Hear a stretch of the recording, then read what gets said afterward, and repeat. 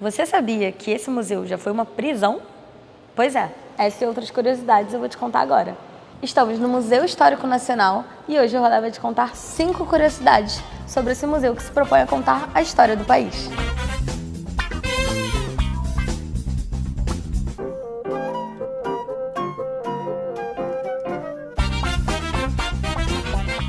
O prédio do Museu Histórico Nacional tem sua origem vinculada à fundação da cidade do Rio de Janeiro.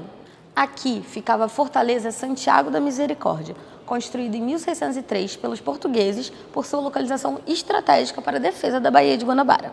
Ao longo dos séculos, outros prédios foram sendo somados à fortaleza, inclusive a prisão do Calabouço, construída em 1693.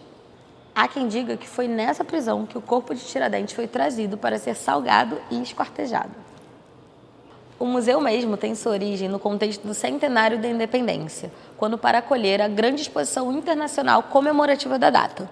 Nessa ocasião, as edificações foram ampliadas e embelezadas usando características da arquitetura neocolonial.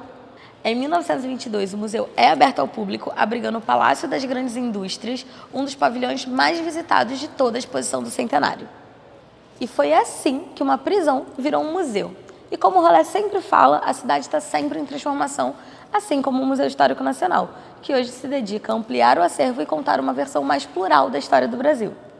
Esse museu se propõe a contar a história do Brasil. Mas o que tinha no Brasil antes do Brasil? Antes da invasão de Abya Yala, o que hoje conhecemos como continente americano, e de Pindorama, o que hoje entendemos como Brasil, muitas pessoas de etnias indígenas diferentes viviam aqui. Na região onde hoje existe o Museu Histórico Nacional, às margens da Baía de Guanabara, viviam os tupinambás. A fundação da cidade, retratada no quadro A Expulsão dos Franceses do Rio de Janeiro, de 1940, que está aqui no acervo do Museu Histórico, retrata uma parte da história que ignora completamente o que havia antes. Hoje em dia, sabemos que não devemos pensar sequer em um descobrimento, e sim em uma invasão. Haviam cerca de 8 milhões de pessoas vivendo em Pindorama antes da chegada dos europeus. Então, quando falamos de história do Brasil, é mais do que urgente considerar a história desses povos. E o próprio Museu Histórico Nacional tem se proposto a atualizar essa narrativa, incluindo a história da população indígena no seu acervo. Pois é, se tem gente que gosta de pensar o Brasil só a partir de 1500, vindo na exposição em Yandé, a gente se depara com informações valiosas sobre a ocupação humana nesse território há 10 mil anos.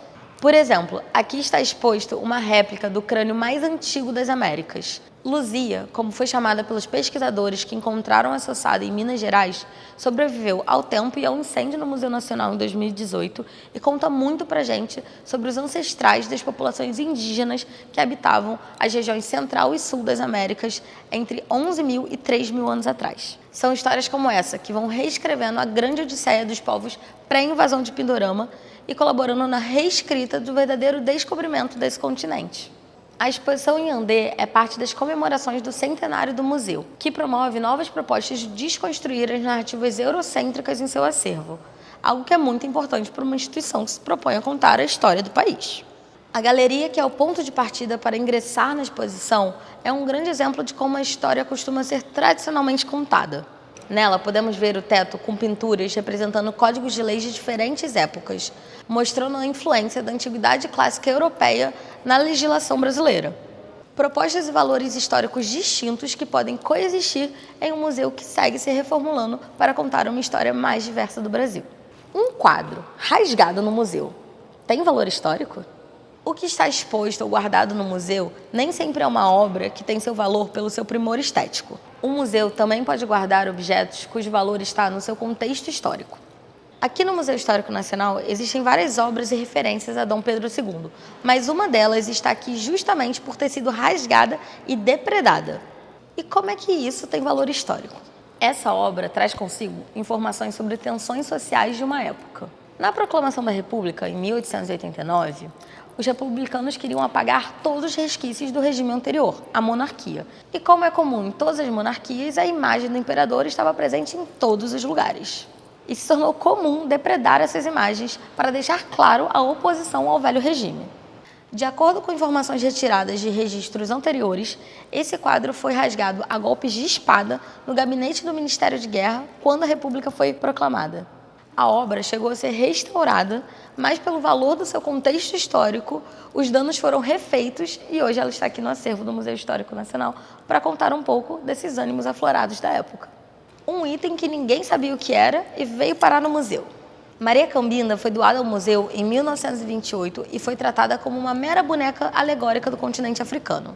Mas, com os esforços para revisitar a história, pesquisas concluíram que o mais provável é que essa peça seja uma máscara facial utilizada nas festividades da Irmandade Nossa Senhora do Rosário dos Pretos em Ouro Preto. As Irmandades eram instituições pretas importantíssimas, pois, espalhadas pela América Portuguesa e formadas por escravizados e libertos, possibilitava que as pessoas pudessem expressar suas culturas, compartilhassem ajuda e ter acesso a ritos que lhe eram negadas, como o funeral, por exemplo. Estratégias de luta e comunidade que fizeram a diferença e hoje estão representadas nesse item que teve a sua história desvendada.